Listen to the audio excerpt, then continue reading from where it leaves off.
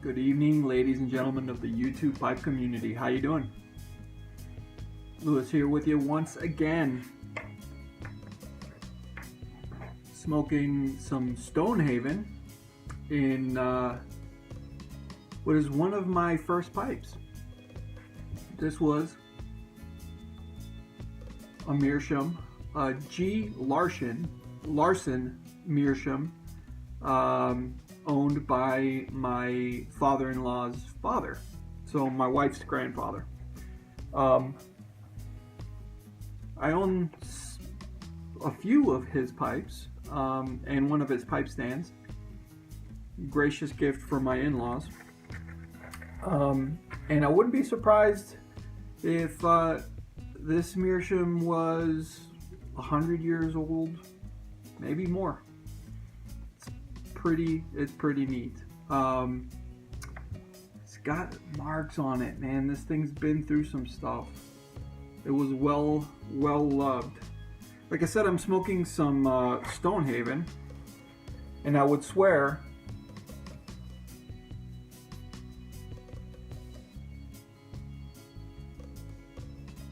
that the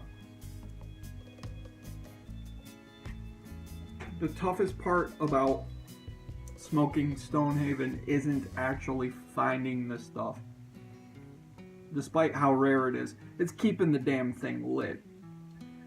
I live in El Paso, Texas,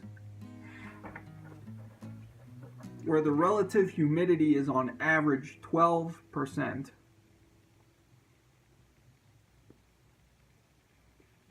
I could leave this thing out for an hour and still not be able to keep the darn thing lit. Makes it a little hard to enjoy sometimes. But nevertheless, it's Stonehaven. It's pretty good stuff. So I wanted to talk today. Oh, you'll see I'm actually in a new setting. This is my little dojo. I call it that anyway. Just sitting on my workbench, which I finally cleared off. Over here, I've got my archery bench and an archery target and a whole bunch of archery gear. So, one place where I do all my restorations and woodworking and project stuff, and over here, I get all my archery junk done. So, I wanted to talk today about a funny experience I had and some of the thoughts that came from it a little while back. Lighting once again. Sorry, guys.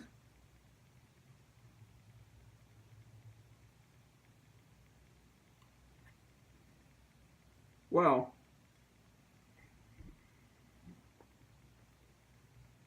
on Monday, I just got word that I passed my oral board exam.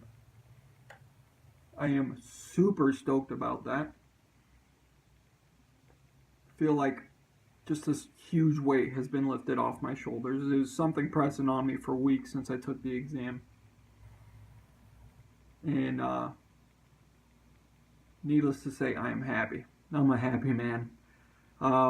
That's part 2 of 3 of what it takes to make me a board certified endodontist. I'm already an endodontist, just not board certified yet. So the next one may take up to 3 years. I got to find the right cases to submit in a case portfolio. So we'll see how that goes.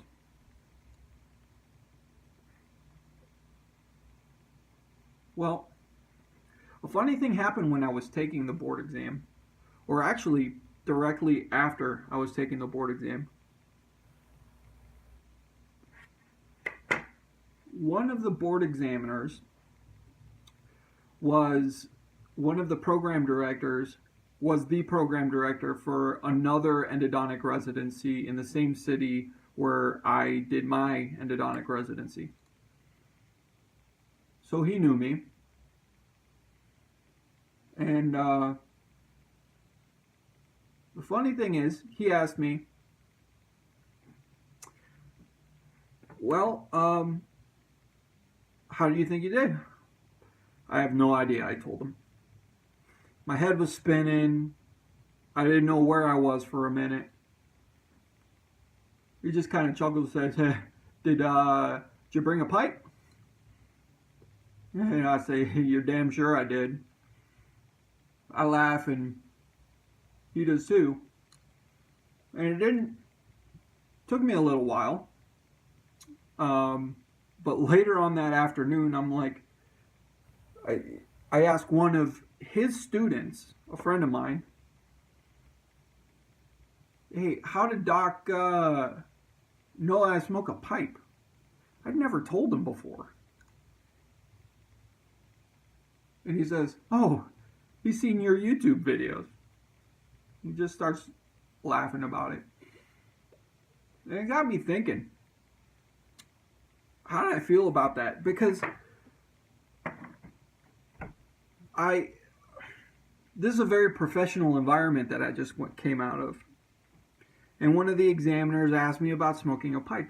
Something kind of, I guess, I can't call it private because here I am talking to you guys, right? But I had made it private in that setting, that whole setting of academia, of the endodontic residency. I didn't go about touting it to everybody. A few of my friends knew, but I didn't tell my mentors. I didn't tell my program director. They had no business knowing. They were pretty straight-laced people. And, well, it's just something that I kept to myself. Just, I guess I didn't want any drama about it. And so after this happened, after the exam, it got me thinking. You know, there's a few friends that, I don't know if you want to call them that, but, you know, they've had a chuckle at my expense over the fact that I put out YouTube videos about pipe smoking. Who gives a shit? Honestly, with something like this, you know, smoking tobacco in this day and age is something so damn taboo. You and I know better. You and I know that this pipe probably does more good for me than it would ever do in terms of the morbidity that it would cause me. This thing benefits my mental health so much more than whatever risks I'm taking physiologically. This thing's a blessing to me. Despite the fact that I have to light the damn thing again.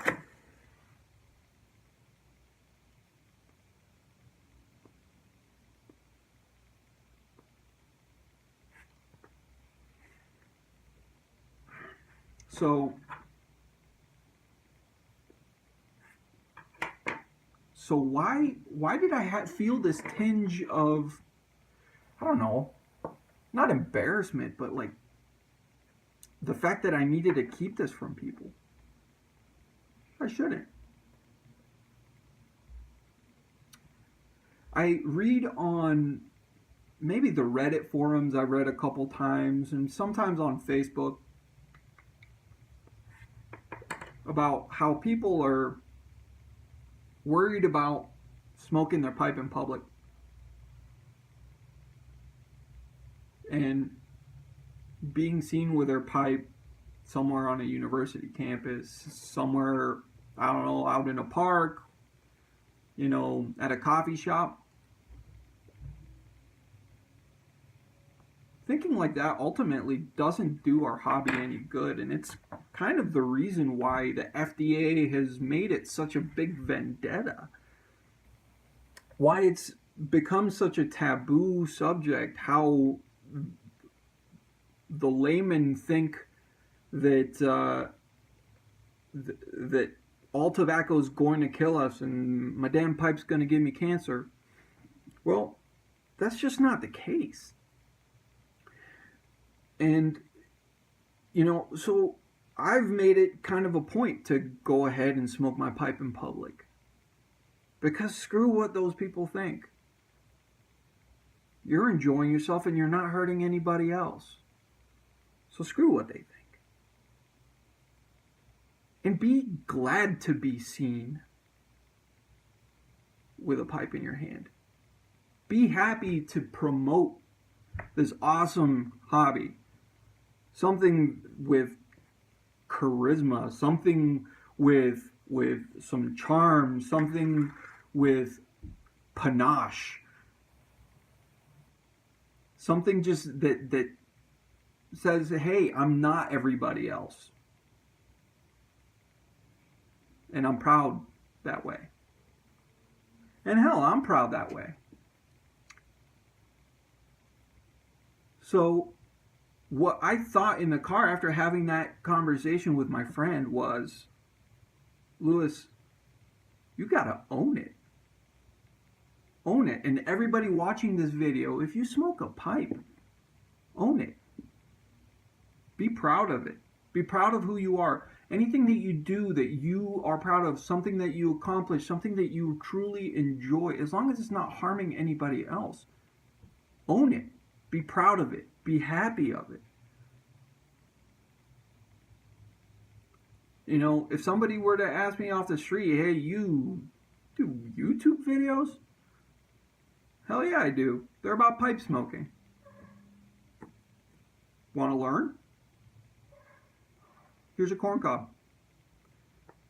It's one of those situations where, you know, I went from, man, this is something I should really keep from people. I don't want anybody to know, to why don't I want anyone to know? It's part of who I am. I'm not really into football. You know, I don't want to watch ESPN. I don't play video games anymore. I'm into different stuff. I enjoy pipe smoking. I like, you know, my whiskeys, craft beers, archery, my family. Not in that order, mind you. These are things that I love and cherish, and these are the things that make me happy. And you know what? So I'd rather go to a concert than watch a football game. So I'd rather smoke a pipe than a cigarette. Own it. Be proud to be a pipe smoker. Be seen in public being a pipe smoker. Keep putting out those YouTube videos. Damn it, they're worth it. They're worthwhile. I love hearing what you have to say, whether it has to do with pipe smoking or not. Because we're unique people. And I think that means more to the pipe smoking community and more to the world, ultimately, than having cookie cutter personalities. Than having everybody be into the same damn thing. Granted, I love tacos. I love The Walking Dead. I love Game of Thrones. Start watching West Wing. These are things that so many people love. But I also love unique things, and I'm proud of it. So, again, to the people hesitant to let other people know, hey, I'm into pipes. You don't need to promote it necessarily if you don't want to, but don't hide it. Be proud of it. Don't do what I did. Don't hide it. I don't hide it anymore, and I'm happier for it. And you'll find that people are going to be largely accepting of that kind of thing. And, you know, confident people are attractive people. That's why I'm attracted to you guys. That's why I love you guys. So, if I could keep this Stonehaven lit, I'd continue to smoke it. But really, guys, it's been about 15 minutes now, and I think my rant is over. It's just thoughts that I was having today. Own it. Blessings and smoke rings.